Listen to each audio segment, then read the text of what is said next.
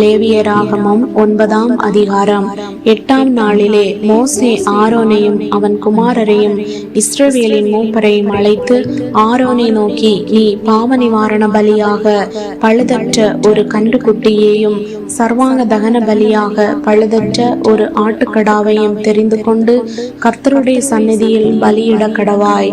மேலும் இஸ்ரவேல் புத்திரரை நோக்கி, கர்த்தருடைய சந்நிதியில் பலியிடும்படிக்கு நீங்கள் பாவ நிவாரண பலியாக பழுதற்ற ஒரு வெள்ளாட்டு கடாவையும் சர்வாங்க தகன பலியாக ஒரு வயதான பழுதற்ற ஒரு கன்றுக்குட்டியையும் ஒரு ஆட்டுக்குட்டியையும் சமாதான பலிகளாக ஒரு காளையையும் ஒரு ஆட்டுக்கடாவையும் எண்ணெயிலே பிசைந்த போஜன பலியையும் கொண்டு வாருங்கள். இன்று கர்த்தர் உங்களுக்கு தரிசனமாவார் என்று சொல் என்றான். மோசே கட்டளையிட்டவைகளை அவர்கள் ஆசரிப்பு கூடாரத்துக்கு முன்பாக கொண்டு வந்தார்கள். சபையார் எல்லாரும் சேர்ந்து கர்த்தருடைய சன்னதியில் நின்றார்கள். அப்பொழுது மோசே, கர்த்தர் கட்டளையிட்ட இந்த காரியத்தை செய்யுங்கள், கர்த்தருடைய மகிமை உங்களுக்கு காணப்படும் என்றான்.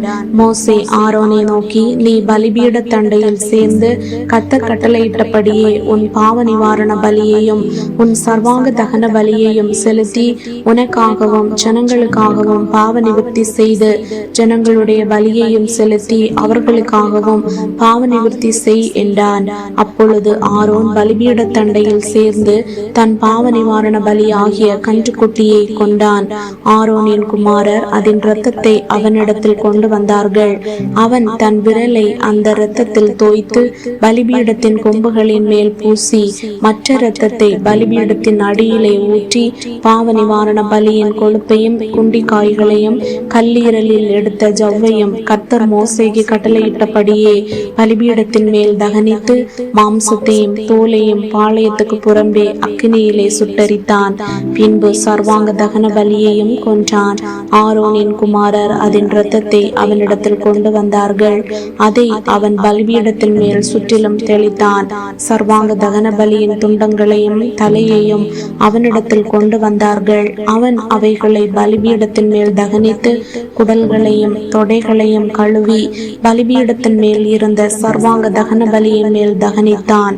பின்பு அவன் ஜனங்களின் பலியை கொண்டு வந்து ஜனங்களின் பாவ நிவர்த்திக்குரிய வெள்ளாட்டு கடாவை கொன்று முந்தினதை பலியிட்டது போல அதை பாவ நிவாரண பலியாக்கி சர்வாங்க தகன பலியையும் கொண்டு வந்து நேமத்தின்படி அதை பலியிட்டு போஜன பலியையும் கொண்டு வந்து அதில் கை நிறைய எடுத்து அதை காலையில் செலுத்தும் சர்வாங்க தகன பலியுடனே பலிபீடத்தின் மேல் தகனித்தான்.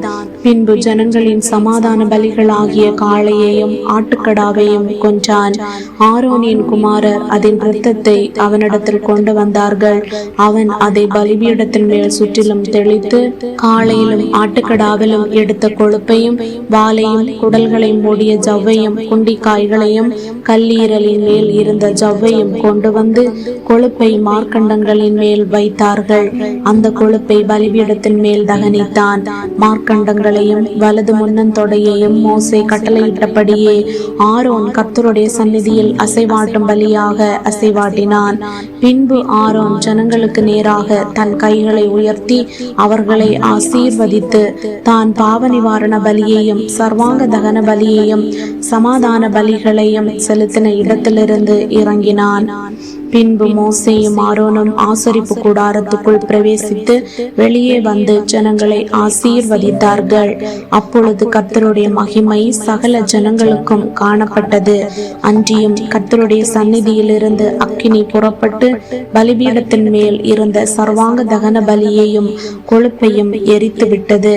ஜனங்கள் எல்லாரும் அதை கண்டபோது ஆரவாரித்து முகங்குப்புற விழுந்தார்கள்.